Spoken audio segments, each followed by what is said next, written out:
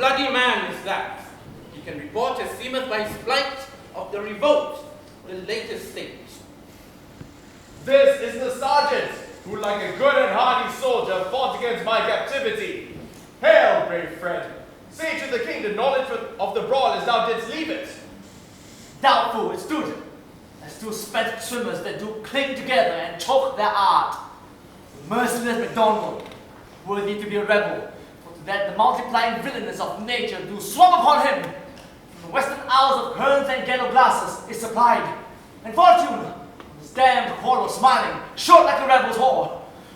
But all's too weak, for brave Macbeth, well, he deserves that name, disdaining fortune, with his brandished steel which smote with bloody execution, like valor's minion carved out his passage till he faced a slave, which never shook hands nor bade farewell to him, till he unseamed him from the nails of the chest, and fixed his hand upon our battlements. O valiant cousin, worthy gentleman!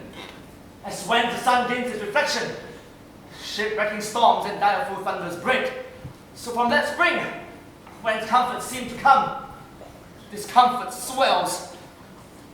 Mark, King of Scotland, mark!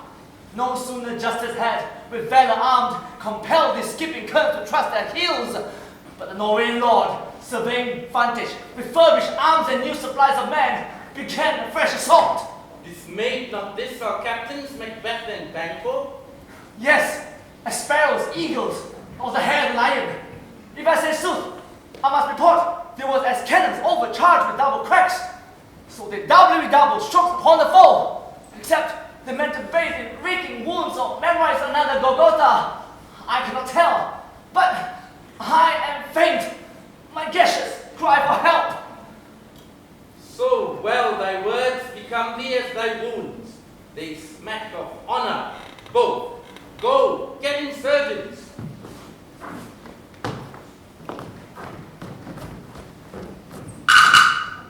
Who comes here?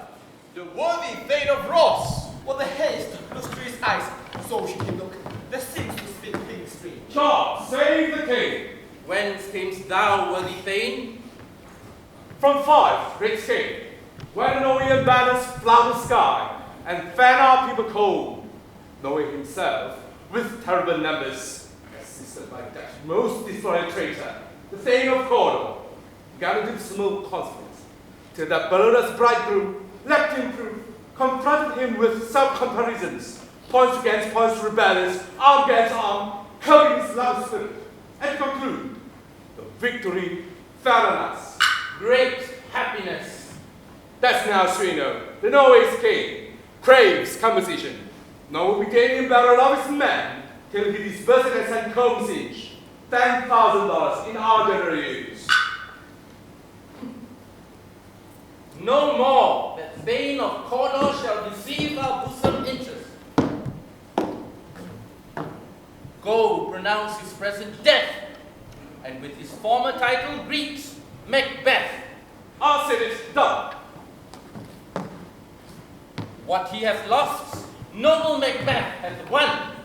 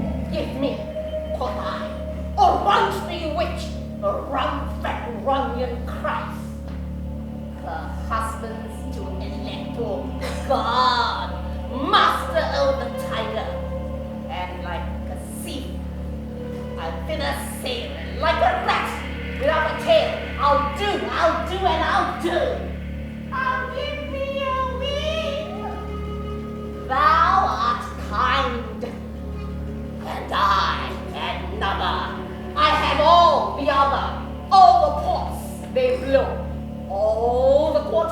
know be the shipment's card. I will drain him dry, as he.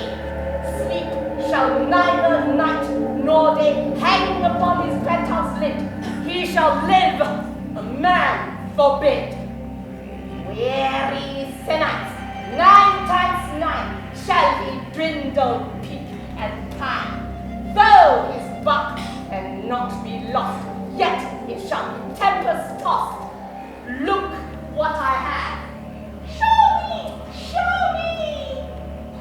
Here I have a pilot's thumb, wrapped as homeward he did come. A drum. A drum.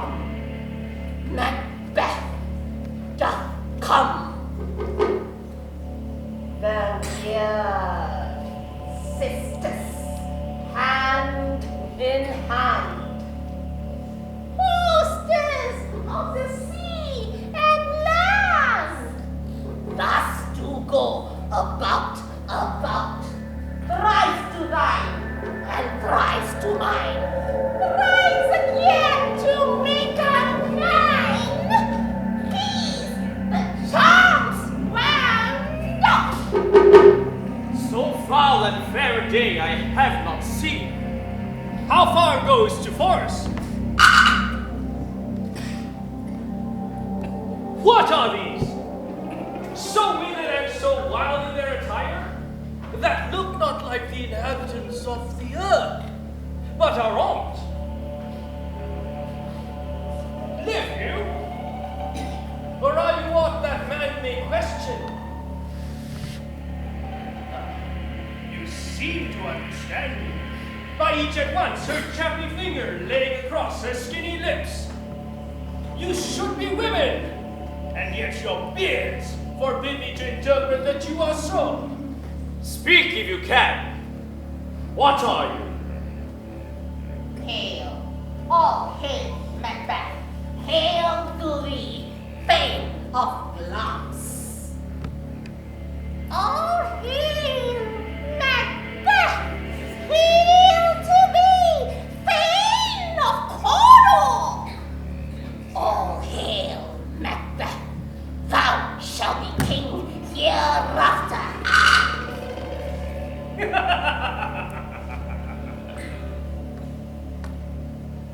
Good sir, why do you start and then seem to fear things that do sound so fair? In the name of truth, are ye fantastical, or that which outwardly ye show? My noble companion you greet with present grace and great prediction of noble having, and of royal hope that he seems wrapped withal. To me you speak not. If you can look into the seeds of time and say which grain will grow and which will not, speak then to me, neither beg nor fear your favors, nor your hate. Hail, hail, lesser than Macbeth, yet greater, not so happy, yet much happier.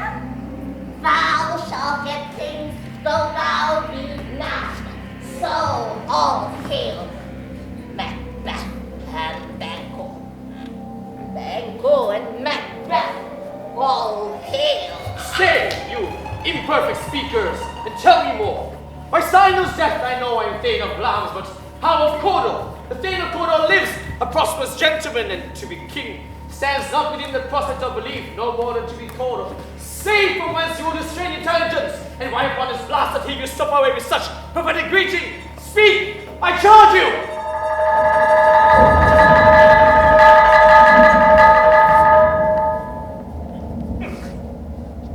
The earth has bubbles, as the water has, and these are often. Whither are they vanished?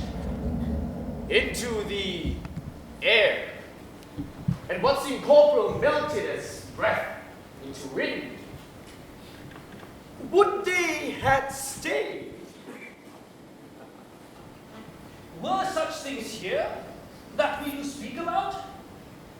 Or we eaten from the insane root that takes the reason prisoner? Your children shall be kings. Well, you shall be king. And Thane of Cawdor too, went it not so? To the self-same tuning words. Who's there?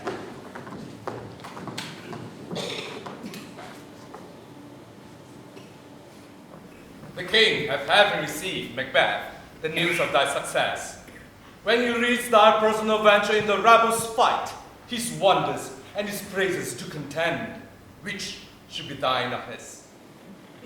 Silence with that, in viewing all the rest of the self-same day, he finds thee in the stout Noyan ranks, nothing afeard of what thyself didst make. Strange images of death, as thick as hail, came post with post, and everyone did bear thy praises in his kingdom's great defense, and pour them down before him. We are sent to give thee from our royal master thanks, only to herald thee to his sight, not pay thee. And for an earnest of greater honor, he bade me, from him, call thee Thane of Cawdor.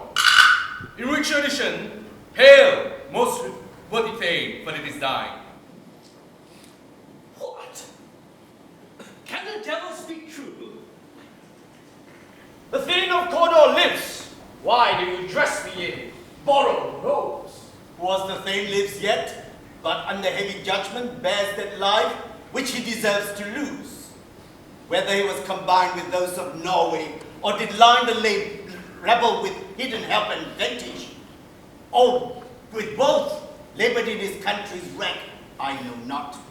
But treason's capital, confessed and proved, have overthrown him. Glamis and Thane of Cawdor, the great justice behind. Thanks for your pains. Do you not wish your children shall be kings, when those that give the Thane of Cawdor to me promised no less to them? That hallowed home might yet enkindle you to the crown, besides the Thane of Cawdor. But 'tis strange, and oftentimes to win us to our harm, the instruments of